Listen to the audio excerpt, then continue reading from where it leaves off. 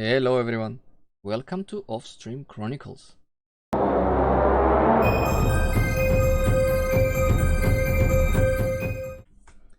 So picking up from the stream where I was doing all of this, basically we now have 4 blocks high cleared because all of these flying machines have been working. I did lower them already and they made a sweep, so we now have 4 layers cleared. And the thing you see there is basically me putting up the leaves, so they've been amazing as always, and gathered the obscene amount of leaves, which I am already using quite extensively. So all of these white shockers, 1, 2, 3, even this, I think, yeah.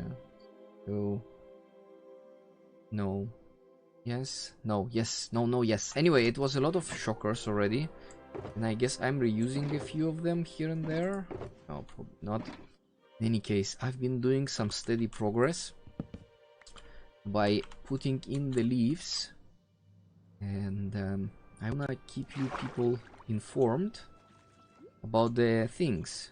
So here is all the leaves being placed all to the bottom, and I wanna explain something regarding these ruins. So initially I wanted to keep the ruins in order to preserve quote-unquote some history, but then I decided that it's easier to copy the make a schematic with Lightmatica, and in case I want them back, to put them back as they were, because they're gonna be in the way of the sweepers.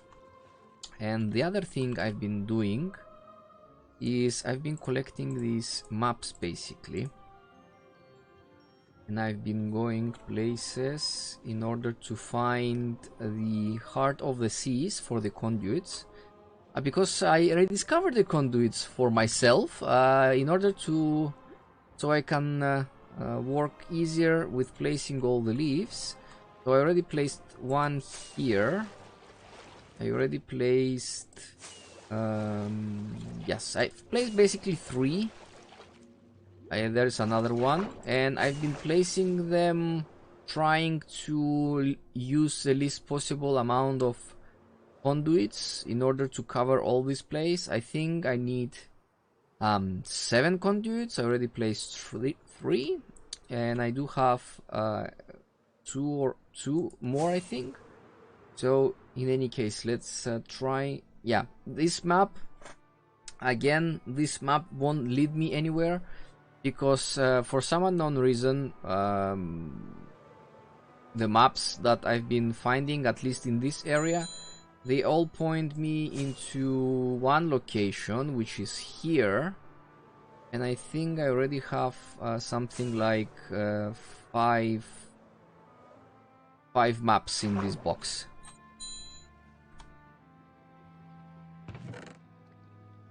So all of these maps are basically the same. So I guess it's 3. I guess I just trashed the other one out of spite. Yeah, so things have been steadily progressing. Progress is slow, but it's there. And where we are? Yes, here. Yes, so as you can see, this is a very huge one. And slowly I'm doing things. Don't worry, there will be no time lapses this time around because I have no replay mode for 1.15 yet. The conduit definitely helps because it is quite the underwater beacon that everyone is hoping for. So basically I have constant night vision on, and I don't have to worry about breath anymore. So that's definitely helping me do this even faster. And I've been doing this for 7 or 8 shulkers already. So I think, let me just quickly where I am. Yeah, I am here, and I've started from up there. So this line here, all the way to the bottom of the ocean. I already used more than 6 jokers, surely. Many hours later. And just like that, everything is complete. Hopefully. Now, the next step of all of this is to change the flying machines a little bit yet again. So I'm gonna move this observer to this block here facing upwards, which will still activate the whole flying machine. It does, however, lower the count of blocks I have to push downwards by 2, and like that I won't be needing to remove the sticky pistons that I've been previously removing. So let's see how well that goes. Right, the last one is in. This is the upgrade to the everything to the redstone that I've been doing, and let me show you how this is supposed to make my life easier. So in theory this should work. So I have to do one like this. It breaks a little bit, but not much. Then I have to do like this. Then I have to take it back like this. So this brings the whole thing back. Now the other thing I have to do is this. Because of some quasi logic, which Crimulus reminded me of, this thing is possible. So supposedly this redstone should power this piston, but it only powers it when it gets an update, and then it returns to a weird state again. So this is how I'm planning to lowering the flying machines. It's still a bit of placing blocks, but you can't argue that this is less or much different.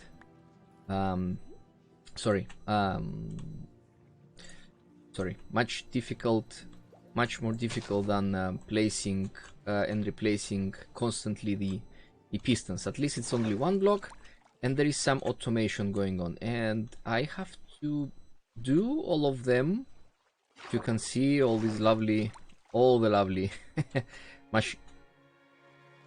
machinery in there, and I'm thinking of building the same pusher on the other sides, so I don't have to return the flying machine back to its starting point, just to save on some flying time.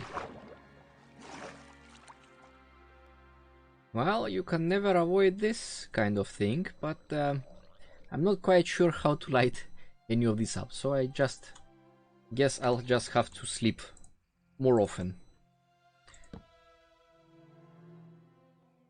It's a real shame I can't use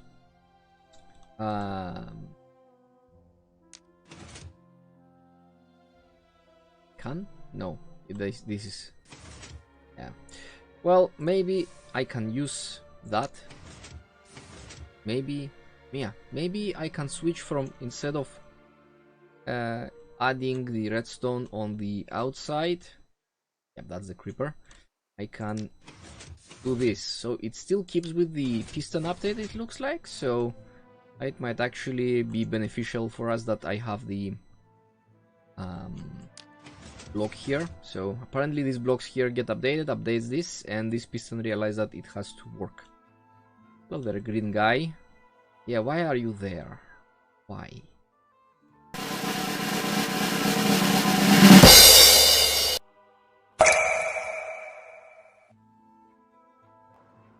Progress update time. So here's everything cleared out, even this small segment here, which I left for the last, because I really wanted to avoid digging a lot of stuff. But I ended up digging a lot of stuff anyway. Especially you can see where the flying machines have been working. You can see the their water. You can see flying machines still, some of them are still here, and some of the water is still here. This is because these are water ravines. I should probably put a conduit in here because it looks like a large area of water. So yeah, at least the majority of the water is now gone.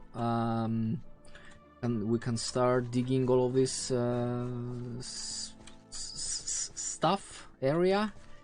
The very menacing thing that was tampering and slowing the water clearing, as soon as I got to Y level 40, I am now at 39, so basically starting from this level and lower. The slimes, well, yes, there are slime chunks in here, and slimes have been spawning constantly. Tried attacking me multiple times. I think I've died once because of the slime, because I neglectfully went AFK without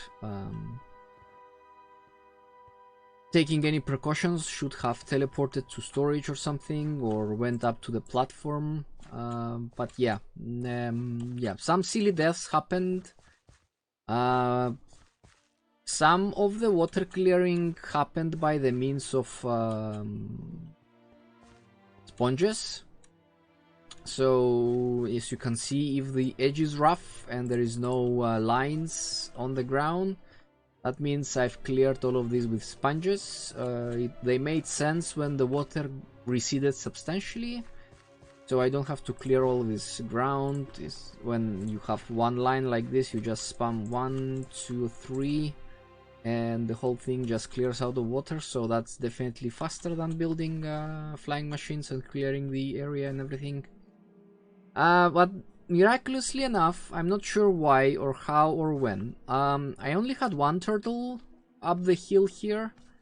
Okay, this slime found me. I only had one turtle, but now I have two turtles, and I have no idea why. And it's still... There's still water in there, so those are ravines. It's 1, 2, 3, 4. There are 4 ravines in here total. And those need to...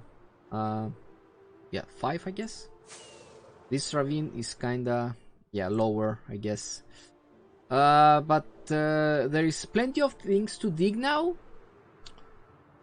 And there is still plenty of redstone to remove, I guess.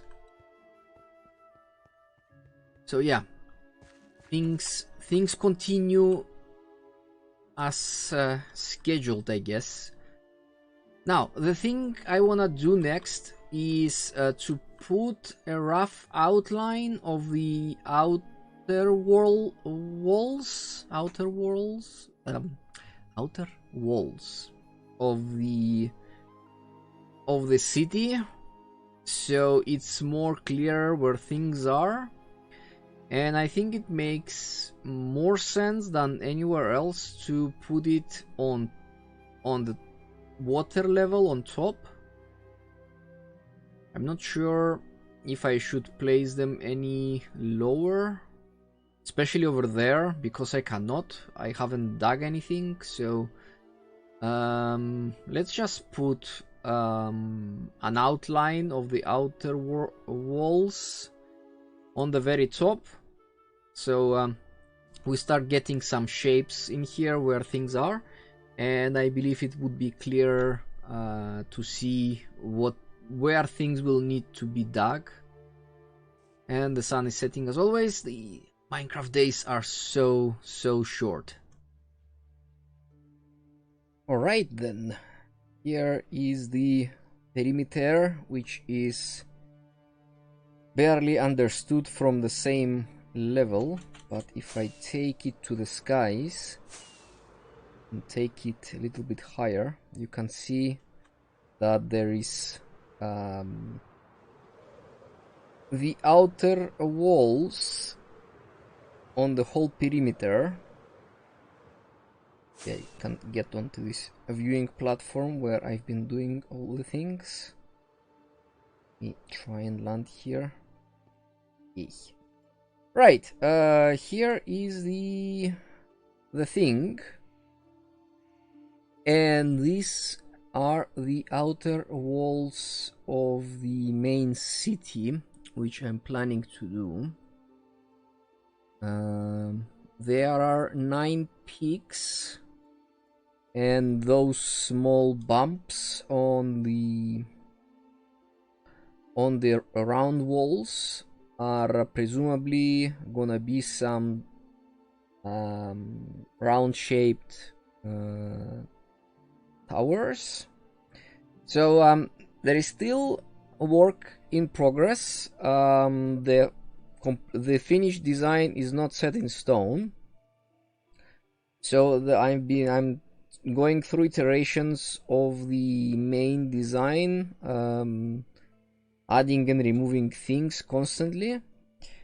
However, with the outer walls I'm pretty happy, and I've set myself the perimeter before with a different shape, if you remember from the stream. I want to show you how it looks on the voxel map. Yeah, I have to re-enable the UI. So this is how it looks on the voxel map. As you can see, it looks quite nice with the pixel art at this scale. However, I wanna make it look even better when it's finished, and in comparison to the Oriental Kingdom, where the lake is and the castle is and the small garden is, you can see that it's quite the scale. Well, basically you can count the chunks. It is presumably around 23 chunks in diameter at the outer peaks. So yeah, things are going good. There is some work being done. At least the water is gone. I can start putting in some walls, and some of the areas are gonna be visible from the outside. So these at some points, or hopefully at all perimeter of the outer walls, the bottom level will be at Y11, which will allow me to complete the design. But for now, this is all I have that I can share with you. I hope you enjoyed this Chronicles episode. I really enjoyed providing you with step-by-step and some comical intermissions. Hopefully this project will start going with more rapid speeds, that I can keep providing you with more and more amazing pictures and possibly even more streams. For now, I would like to thank everyone for watching, and until next time, bye bye.